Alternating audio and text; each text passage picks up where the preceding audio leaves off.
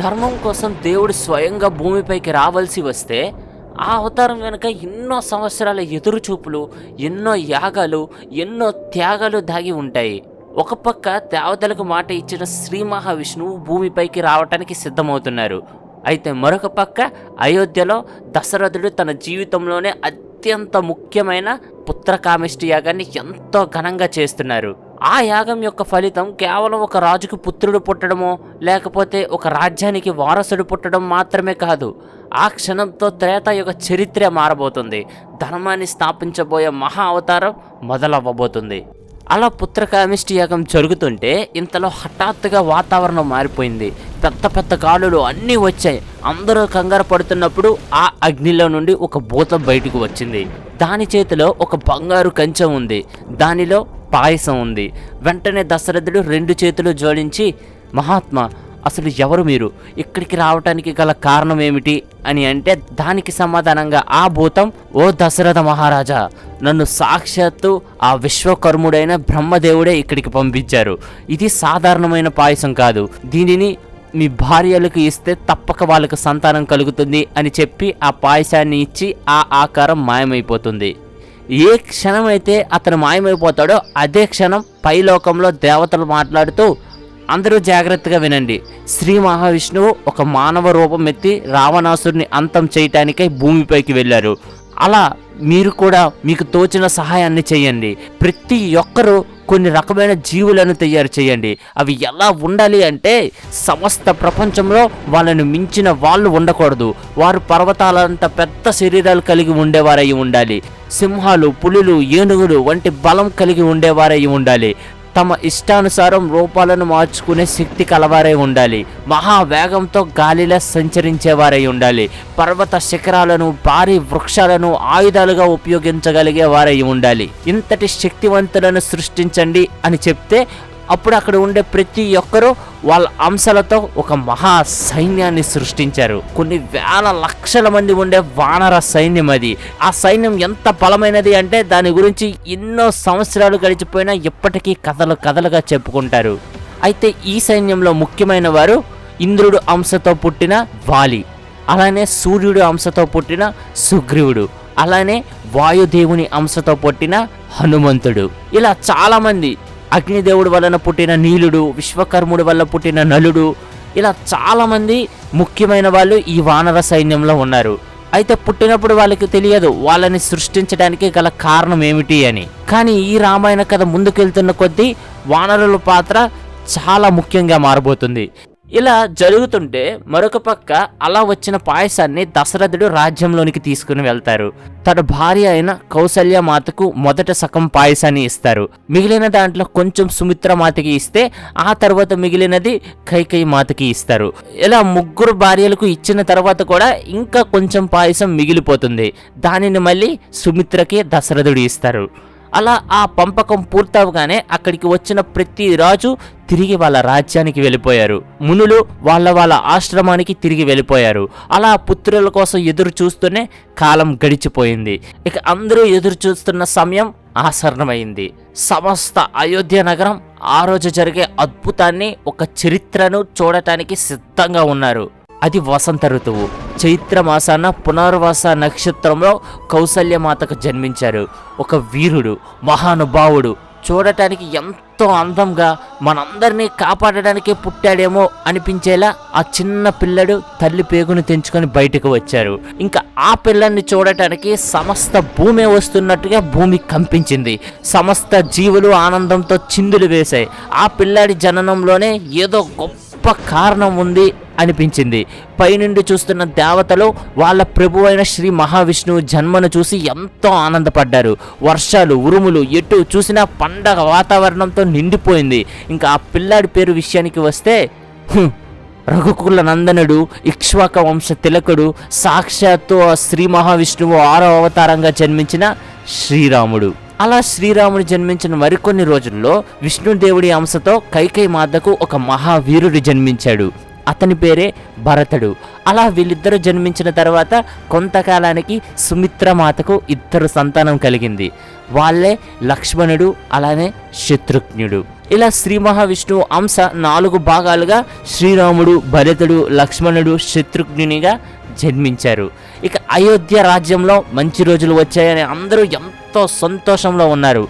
అలా చూస్తూనే ఆ చిన్న పిల్లలు ఎన్నో శక్తులు, ఎన్నో విద్యలు నేర్చుకొని ఒక మహాయోధులుగా ఎదిగిపోయారు. కళ్ళ ముందే వాళ్ళు పెరగటం వలన వాళ్ళని చూస్తూ ఆ ఆనందంలోనే అందరికీ కాలం గడిచిపోయేది. అయితే వీళ్ళల్లో అందరికన్నా ముఖ్యం ఆ శ్రీరాముడు. ఏ విద్యను నేర్పిస్తే ఆ విద్యను ఎంతో గొప్పగా అలానే వేరంగా నేర్చుకునేవారు. ఎప్పుడు ధర్మాన్ని మాత్రమే అనుసరించి అబద్ధం అనేది పలికేవారు కాదు. అలా ఆ నలుగురికి పెళ్లి వయసు వచ్చింది. ఇంతలో ఈ ప్రపంచంలోనే ప్రసిద్ధి చెందిన విశ్వామిత్రుడు అనే ఒక మహర్షి అయోధ్య రాజ్యానికి వస్తారు. అతను రాకను విన్న మహారాజు పరిగెట్టుకుంటూ వెళ్ళి అతని కాళ్ళు మొక్కి ఎంతో ఘనంగా లోపలికి ఆహ్వానిస్తారు. అలా ఆహ్వానించి అన్ని మర్యాదలు చేసి, ఓ మహర్షి, మీరు మా రాజ్యానికి ఈ అయోధ్యకి రావటం మేము చేసుకున్న పుణ్యం. మీరు ఏమడిగినా దానిని నేను తప్పకుండా చేస్తాను అని మాట ఇస్తారు. వెంటనే విశ్వామిత్రుడు, దశరథ, నీ మాటలు నాకు ఎంతో సంతోషాన్ని ఇచ్చాయి. ఇంత గొప్ప వంశానికి చెందిన వాడివైనా, ఇంత గొప్ప రాజ్యానికి రాజు అయినా కూడా నీలో ఎలాంటి చెడు భావన లేదు. అది నీ మాటల్లో స్పష్టంగా తెలుస్తుంది. అయితే వాటికన్నా నాకు నచ్చినది ఏంటి అంటే, నేనేం అడిగినా చేస్తారన్నావు చూడు, శభాష్ దశరథ. మరి నేను ఇక్కడికి వచ్చిన కారణం చెప్పమంటావా అని అంటే, దానికి దశరథుడు, నిస్సందేహంగా చెప్పండి మహర్షి, నా శక్తిలో ఉండే ఏ పనైనా, నేను చేయగలిగే ఏ పనైనా నేను తప్పకుండా దానిని చేస్తాను అని చెప్తారు. అప్పుడు విశ్వామిత్రుడు, నేను నా ఆశ్రమంలో ఒక యాగాన్ని చేస్తున్నాను దశరథ. అది ఎంతో శక్తివంతమైనది, అలానే పవిత్రమైనది కూడా. కానీ మారీచుడు అలానే సుబాహుడు అనే 2 రాక్షసులు దానికి నిరంతరం భంగం కలిగిస్తూనే ఉన్నారు. దాని వలన నేను సరిగ్గా యాగాన్ని చెయ్యలేకపోతున్నాను. కాబట్టి నాకు వాళ్ళని ఎదుర్కోవటానికి ఈ యాగం 10 రోజులు అవుతుంది. అంతవరకు నాతోనే ఉండి రాక్షసులను ఎదుర్కొనే వీరుడు నాకు కావాలి. అయితే దానికోసమే నేను తిరిగితే నాకు తెలిసిన విషయం, ఈ సమస్త ప్రపంచంలోనే అంతటి శక్తివంతులు ఎవరైనా ఉన్నారు అని అంటే అది మీ రాముడే. అతనే సరైనవాడు అని తెలిసి ఎలా వచ్చా. అతను ఒక కారణ జన్ముడు దశరథ. అది మాకు పుట్టినప్పుడే అర్థమైంది. అతను తప్ప ఈ కార్యాన్ని ఇంకెవరూ చేయలేరు అనేది నా అభిప్రాయం అని అంటారు. అప్పుడు దశరథుడికి విశ్వామిత్రుడు చెప్పిన మాటలు వింటుంటే గుండె ఆగినంత పని అయింది. ఎందుకంటే చిన్నప్పటి నుండి దశరథుడికి రాముడి అంటే ఎంతో ఇష్టం కన్నా ప్రాణం అని చెప్పుకోవచ్చు. అలాంటి రాముడును ఇంత పెద్ద కార్యానికి పంపించాలి అంటే దశరథుడికి ఏం చేయాలో కూడా తోచలేదు. అది విన్న దశరథుడు, ఓ మహర్షి, మా రాముణ్ణి మీరు అడుగుతున్నారు, కానీ మా రాముడు ఇంకా పిల్లాడే కదా, మరి మీరేమో అంత పెద్ద రాక్షసుల కోసం చెప్తున్నారు. వాళ్ళని మా రాముడు ఎలా ఎదుర్కొంటాడు? దయచేసి ఇంతటి ప్రమాదంలో మా రాముడిని పడేయకండి. కావాలంటే స్వయంగా నేనే వస్తాను. నేనే నా సైన్యంతో వచ్చి మీ యాగానికి భంగం కలగకుండా ఆ రాక్షసులని అంతం చేస్తాను. అయినా ఆ రాక్షసులు అంత శక్తివంతులా? అసలు ఆ రాక్షసులు ఎవరు అని అడిగితే అప్పుడు విశ్వామిత్రుడు, ఆ రాక్షసులు లంకా నగర అధిపతి అయిన రావణాసురుడి సైన్యం. అందుకే నా యాగం జరగకుండా పదే అడ్డుపడుతున్నారు అని అంటే అది విన్న దశరథుడు, రావణుడా? మహర్షి, రావణుడి సైన్యానికి ఎదురెళ్ళటం అనేది నాకు కూడా జరగని పని. కాబట్టి దయచేసి మా రాముడిని ఇందులోకి తీసుకురాకండి అని అంటే అది విన్న విశ్వామిత్రుడు కోపించి, ఓ దశరథ, నేను ఇక్కడికి వచ్చినప్పుడే నేను అడిగిన పనిని చేస్తాను అని మాట ఇచ్చావు. ఏ వంశమైతే ప్రాణం పోయినా ఇచ్చిన మాట తప్పదో అలాంటి వంశంలో ఉన్న నీవు ఈరోజు నా మాట తప్పుతావా? సరే అయితే అలానే కానీ నేను తిరిగి వెళ్ళిపోతున్నాను అని కోపంతో వెళ్ళిపోతుంటే అప్పుడు రాజ్య పెద్దైన వశిష్ఠ మహర్షి విశ్వామిత్రుడిని ఆపి దశరథుని దగ్గరికి వచ్చి, దశరథ, చెప్పింది జాగ్రత్తగా విను. విశ్వామిత్రుడు ఎంతో శక్తివంతమైన మహర్షి. అతని దగ్గర ఎన్నో అస్త్ర శస్త్రాలు ఉన్నాయి. అవి ఈ ప్రపంచంలో మరెవ్వరి దగ్గర ఉండేవి కాదు. కనుక అతను ఖచ్చితంగా మన రాముని రక్షిస్తారు, అలానే శిక్షణ కూడా ఇస్తారు. కాబట్టి నువ్వు ఇచ్చిన మాటని నీ పుత్ర వ్యామోహం వల్ల తప్పకు దశరథ. ఎలా చూసినా ఇది మన రాముడికి ఉపయోగపడుతుందే తప్ప ఎలాంటి ప్రమాదం జరగదు. సమస్త ప్రపంచము మన రాముడి కోసం కథలుగా చెప్పుకుంటారు. కాబట్టి దశరథ, వెళ్ళనివ్వు అని అంటారు. అది విన్న దశరథుడికి కొంచెం ధైర్యం వచ్చింది. అయినా కూడా భయం తగ్గలేదు. తన ప్రియపుత్రుడైన రాముడిని పంపించడానికి దశరథుడికి మనసు రావటం లేదు. అయినా తన మనసుని చంపుకొని, అలానే కానివ్వండి మహర్షి, నేను మా రాముడిని మీతో పంపిస్తాను, మీరు చెప్పినట్టుగానే చేస్తాను అని రాముడికి పిలవమని కబురు పెడతారు. తండ్రి కబురు వినగానే రాముడు తక్షణమే అక్కడికి చేరుకుంటారు. అప్పుడు దశరథుడు రామునికి ఎలా చెప్పాలో తెలియక కొంచెం భయపడుతూ, రామా అది అని జరిగిన విషయాన్ని చెప్తారు.